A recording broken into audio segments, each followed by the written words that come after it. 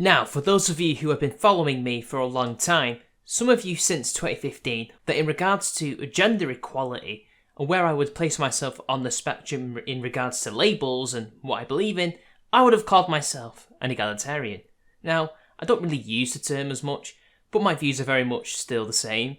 I believe fully in the belief that all men and women should be equal under the law, if we are going to have laws that require as such. If we want a true democratic and representative system, a fair justice, then we ought to treat men and women the same under the law, no bias. I labelled myself this because it allows me to not only advocate for women if their rights ever come under threat again, and also for the rights of men, because at the moment there are gaping holes. But this is not a video about what rights men and women do not have, but about egalitarianism. I called myself this simply because, to quote Dr. Andemacam, the shoe fits. Not quite an MRA, but definitely not a feminist either. And it gelled completely with anti-feminism. Feminism is an ideology, as you all know, I view as gender supremacist. The men's rights movement is not gender supremacist and is not likely to become so anytime soon, but again, the shoe fits. However, since I've been engaging with Academic Agent's community and the YouTubers he hangs out with, as well as some of the more well-known followers, I've noticed that they have a rather different idea of what egalitarianism is. Indeed, they aren't the only ones, but we'll get into that. These people usually do not define themselves as egalitarian. In fact, on the contrary,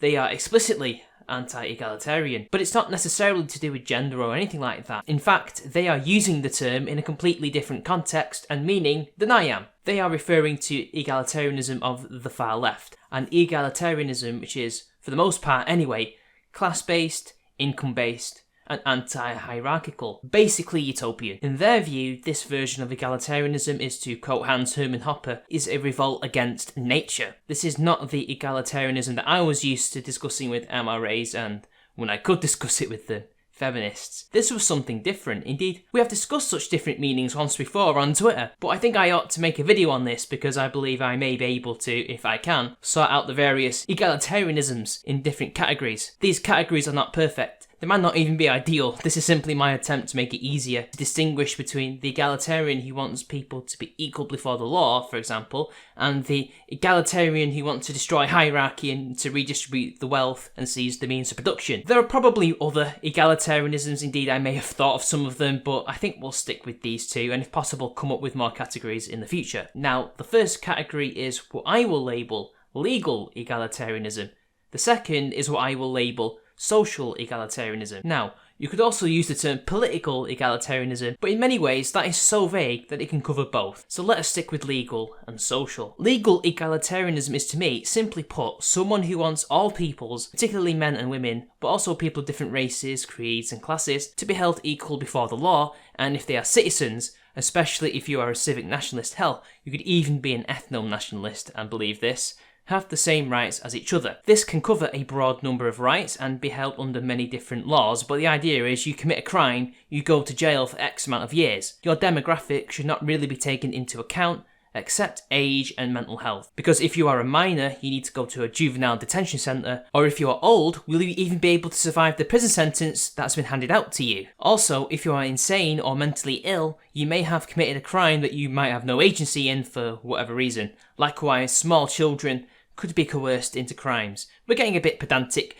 but you get the gist of it. Being a woman, being a man, black or white, should be irrelevant, but of course, it ain't necessarily so in reality. The biggest prison sentence gap is between men and women often get away with crimes they should go to jail for simply for being women. This is what being a legal egalitarian is about, stopping stuff like that. Now, that doesn't mean you should ignore all context of crimes and just dole out set prison terms. Judges don't act that way. Sometimes you are a first offender, for example, and that needs to be taken into account. You aren't the same as someone who is a repeat offender. I think most people would agree that to the best of our abilities as a society, as a civilization, this is something that we should strive to reach, when all the relevant demographic data of a person is skewed in favour of character, context, and the crime itself. But what of social egalitarianism? Social egalitarianism is something, in my opinion, completely different to what I described. This is the type of egalitarianism that has caused a lot of death and destruction across Europe and Asia in the name of many utopian ideologies. This is the type of egalitarianism that left-wing anarchists,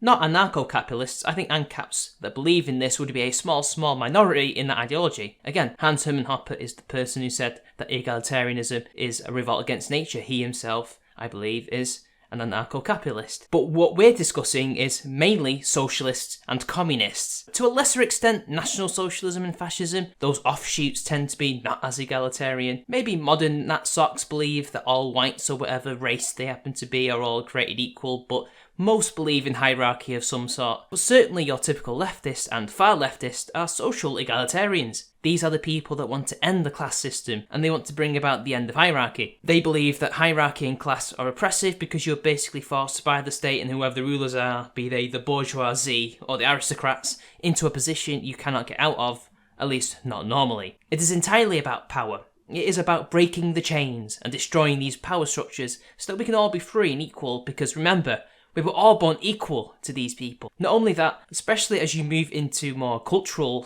/ racial areas of this area of the spectrum, the idea of everyone being made equal ceases to be a philosophical term, a metaphor, but literal truth. Social justice warriors exemplify this more than any other. A lot of these people will tell you with a straight face that biological sex, not just gender, is a social construct. There is no difference between men and women. There are no differences between trans people and cis people. We are all the same. Therefore, there is no reason why we should all be unequal. But of course, it is not how the world works. It is not how nature works. Every single one of us are not born equal. We are not blank slates. This has been proven in evolutionary psychology. See Steven Pinker's The Blank Slate. Even from birth, we are not equal. We are born with certain genes and traits that can and will have an effect on us later in life. It is unavoidable. Hierarchy is unfortunately for the leftist a naturally occurring phenomenon. You will never stamp it out. You can attempt to get rid of the class system, but hierarchy will always remain, even at the most base animalistic level. There are people who are dominant in temperament and people who are submissive. There is nothing wrong with either person. There are even people in between, or you can do both. But you will not stop these people forming hierarchies. It happens when we are children. Stronger kids tend to be more respected or feared and want to be hung out with than the weaker ones. Just like with adults, only strength becomes only one facet, and you don't even need it in its physical form to be dominant. Being intelligent or a good leader or just a doer and having skin in the game can take you to the top, and people will form a ladder underneath you. Social egalitarianism is against all of these things and will deny even basic science you learn as a primary school kid to destroy it. It is this second form of egalitarianism that my friends over at the Deep Law are against, and it is something I myself am against as well. I see the legal egalitarianism, if anything, as a goal, but it is something far more achievable than trying to fundamentally change human nature. At least with legal egalitarianism, we can make structural changes and add checks and balances or whatever we need, or write a constitution, but even then, this form of egalitarianism can be taken to extremes by these very foul leftists. The open borders types are extreme legal egalitarians, only they don't want these rights to be enjoyed just by the members of the polis, but even by foreigners who have not taken steps to become citizens. Even illegal aliens who have entered the country illegally and who should be deported. As you may guess, I am also against this extreme form, even if I am all for my fellow citizens having the same rights as me. I cannot offer the same to foreigners, unless they choose to become citizens and integrate into society. Then that's okay. So am I right in saying that we can use the term egalitarianism in a completely different sense depending on the argument that is being made? Is there a difference between the legal egalitarianism and the social egalitarianism? Am I right in trying to differentiate between what a person who is, say, again, in the middle of an MRA and feminist in ideology, and someone who's basically a communist? Or is it all just basically the same? Am I just suffering from cognitive dissonance and just need to eschew these last vestiges of my pre-red-pilled self? Because I have been grappling with this for some time, and the people I've been talking to can all get the gist of what I've been trying to say, because even though the two different forms do actually overlap, especially the pro-borders legal egalitarians and the social egalitarians, but at the same time, I call myself an egalitarian when it comes to just citizens before the law and everyone being equal before it. No one would disagree with that unless they had some vested interest, but then again, it is egalitarianism nonetheless, and it does seem to conflict with my rather constrained view of humanity and my anti-social egalitarianism. Maybe I'm just bloody stupid and what I'm referring to isn't actually egalitarian. There's another word for it, and I just need to read a dictionary and just get on with my life, knowing that in the end, I ain't no bloody commie. What do you guys think? Please do take the time to write your comments and let's get some discussion going. I'm sorry that last week I didn't get a chance to make much content. I did make a video yesterday, thankfully. Christmas, work, other issues were all at play, but I'm going to try and be disciplined. It's not a New Year's resolution, but I need a better schedule to make videos, clearly. So here's to it. Thank you for your time. Give us a like and I'll see you later.